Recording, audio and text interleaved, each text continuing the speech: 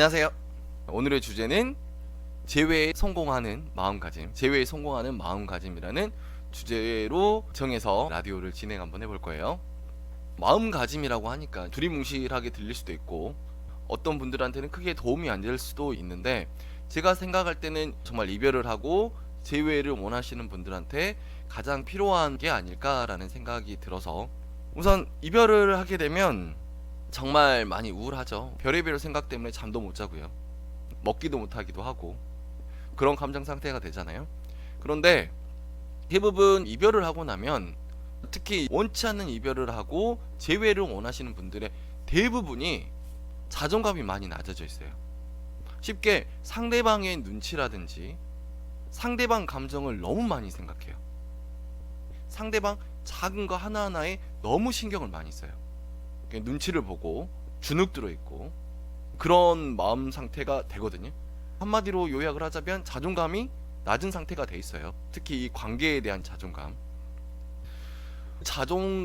낮은 거에서 벗어나야 재회에 정말 성공할 수 있어요. 제가 말하려고 하는 오늘 포인트는 자존감을 높여라가 아니라 능동적으로 행동을 하는 마음가짐, 능동적으로, 피동이 아니라 능동적인 마음가짐을 가지라는 방송을 하려고 해요.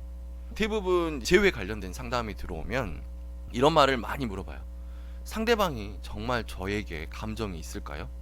아직도 상대방이 저를 좋아할까요? 이런 질문 정말 많이 해요.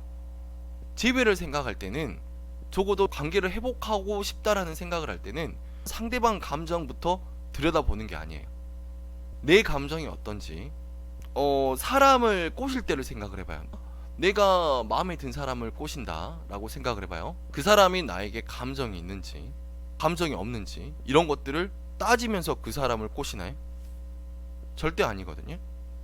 그 사람이 나를 좋아하든 안 좋아하든 나를 많이 좋아하고 사랑하게끔 만드는 게, 그게 꼬시는 작업이잖아요. 재회든 짝사랑이든 마찬가지예요.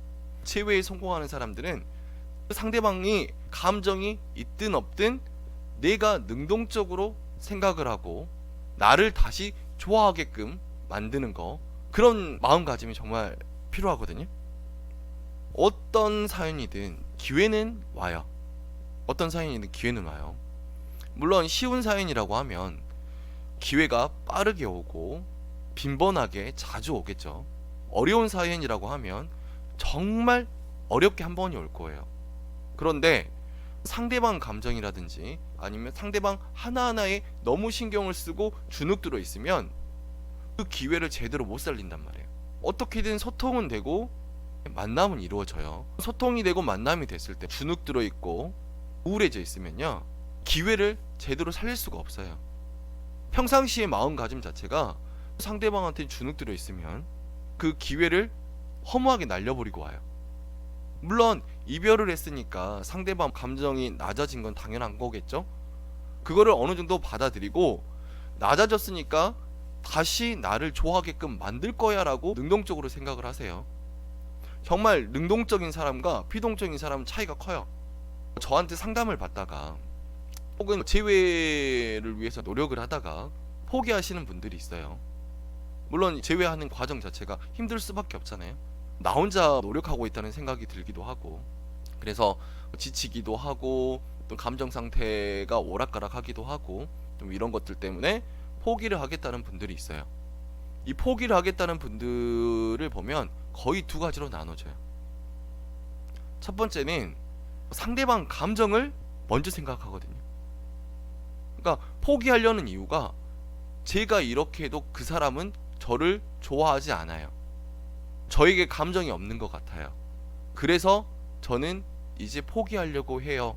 이렇게 말을 하시는 분들이 있고요. 또 다른 분들은 이제 제가 그 사람이 싫어요. 이제는 제가 그 사람을 더 이상 좋아하지 않고 사랑하지 않아요 라고 하면서 포기하시는 분들이 있어요.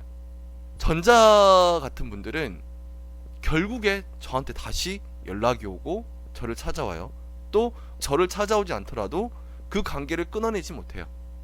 정말 포기를 하겠다라고 하면 이별을 극복을 하고 더 좋은 사람을 만나고 다른 사람을 만나는데 노력을 해야 될 거 아니에요. 그런데 전자 같은 마음을 가진 분들은 대부분 그거를 실패를 하고 여전히 상대방에 매달려요. 쉽게 수동적인 사람들. 왜?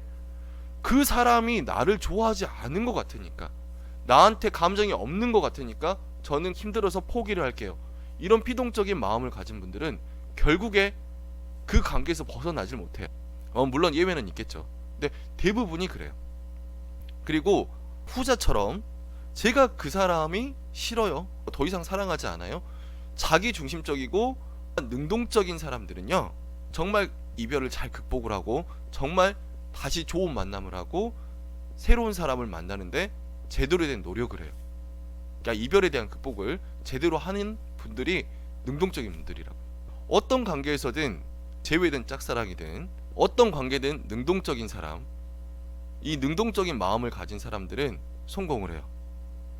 이 마음가짐 하나가 본인의 멘탈도 유지하는 데 도움을 주고요, 이 기회를 왔을 때도 그 기회를 제대로 살릴 수 있게끔 정말 이 마음가짐 중요해요. 능동적인 거 아시겠죠?